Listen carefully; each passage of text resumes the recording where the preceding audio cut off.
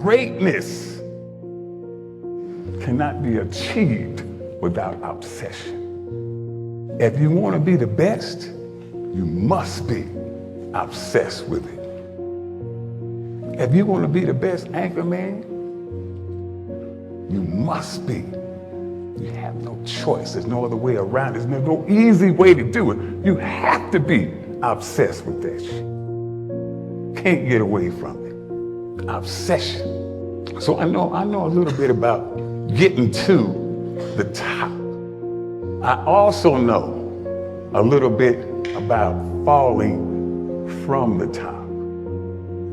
In 2005, I had open heart surgery.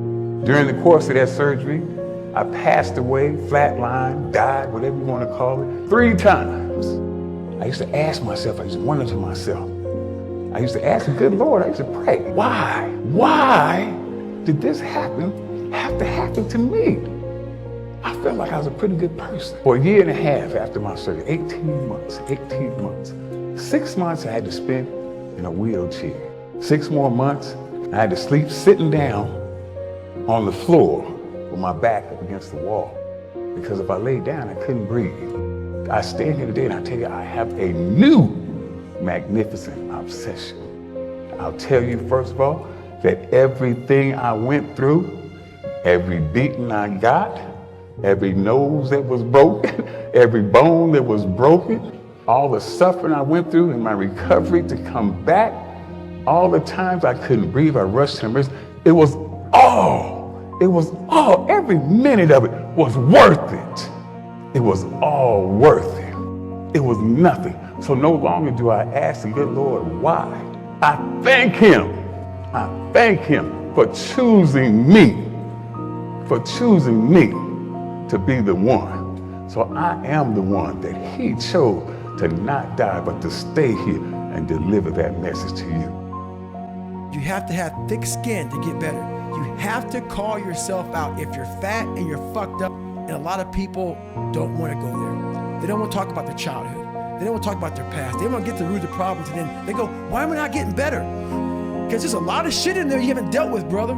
You know, people go to the gym, like for instance, these people go to the gym, they get big, they get jacked, they can run fast, all that shit. But the only thing they're doing is they're coding over the mind. All you're doing is building a bigger, stronger quitter. Your mind hasn't gotten any stronger because you haven't gone back in there and dealt with shit. So the second adversity comes, like, my God, I'm so fucking fit. What's wrong?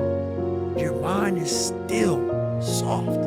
This is a lifestyle. You can't temporarily dive into it, sample it out, and roll out. This is something, man, that you have to acquire as a part of your everyday grind. If you want to be great, you want to be the baddest motherfucker ever at what you do, you're going to be misunderstood by everybody because you're going to be so fucking obsessed and so driven to get there. And that's what it takes. Every second of your fucking life. Anybody says balance? Yeah, balance is important for a lot of fucking people. It is. But if you want to fucking go to that edge where people do not like you, don't understand you, question everything you fucking do, you've arrived. When you are misunderstood to the point where fucking people think you're psycho and you're nuts and you're this and that, why are you in the fucking gym at 1 o'clock in the fucking morning? You just got to doing an op for fucking 13, 14 hours after Ranger school, man, at the gym.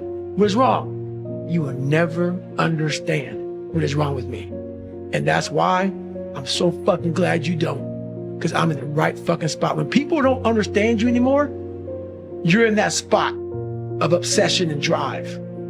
Every time I go to the doctor, they tell me what I shouldn't be doing and what I should be doing and what I won't do and what I can't do. And I politely go out and do whatever I want to do. And I'm gonna do that until they throw dirt on top of me. This is my life, and I choose to live it the way I want to live it. It's impossible. I've heard that so many times. It's just impossible. It can't be done. Anytime that you give your best effort, that you give everything that you possibly can give, there is satisfaction in knowing that I did my absolute best. I did all I could do. There's victory in that. There's satisfaction in that. Have you ever went out for something or tried to do something, and when you got home quietly in your room, you knew that you had that much more that you could have gave, but you didn't want to look ugly in the face because your girlfriend was looking or your boyfriend was looking. You didn't want to frown up like that and embarrass yourself. So I held back a little bit. Then you know, in your heart, you did not give everything that you had. And you don't know if nobody else knows. You'll know, oh man, I could have done a little better than that. I could have tried a little harder. And if I had, I promise you that you would have been satisfied with your effort. Effort is so important. It is so important. The effort that you give. My last competition, I was unsuccessful in my attempt, but I consider it my greatest competition. Why, CT? You didn't get it. Because the day before that competition, my doctor looked me in the face and he said, if you go out there and you try to bench press 705 pounds, it's gonna kill you. Your valve is too weak, it'll be too much of a strain, it will explode right there on the stage and you're gonna die in front of all them people. That's my doctor told me that. Are you crazy? I have trained my whole life for this. I have devoted my life to this. This is the reason for my existence. This is why I am here. And you asking me if I am going to compete? He looked at me like I was crazy, and I'm looking at him like he's crazy. Of course I will. And if I do happen to die on that stage tomorrow, then you know what? So be it. So be it. I guess that's why they call me crazy. But people are like, what the fuck is wrong with this guy? I don't want to talk to you, man, because you're not going to get it. This is a fucking lifestyle, man. Like, and people wonder, why am I not achieving more? It's because once you achieve something, we celebrate for a long years fucking time. And we wonder, why don't I have drive anymore? Where's it all at?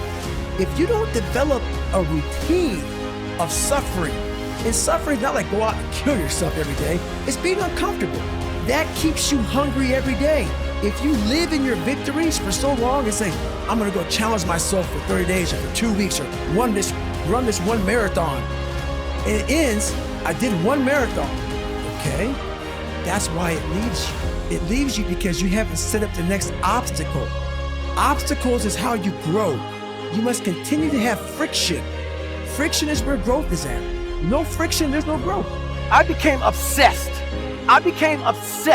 With being the baddest motherfucker that God ever created. Am I that? I don't care. I believe it. Once you become obsessed with something, it's okay to be unbalanced for a while. It's okay. Don't be all this stuff people say, you gotta be balanced. To be the best in the world at what you do. It's not about being a Navy SEAL, people. The best at what you do, you have to be unbalanced to find every bit of fucking energy and strength that you have to pull it off. Then you get balanced once you become great. And then you help other people become better from you being the best in the world. I'm trying to be the best I can to give you the best that I am. And it takes being fucking obsessed to where people think you're crazy. Become obsessed with being great. It changes everything.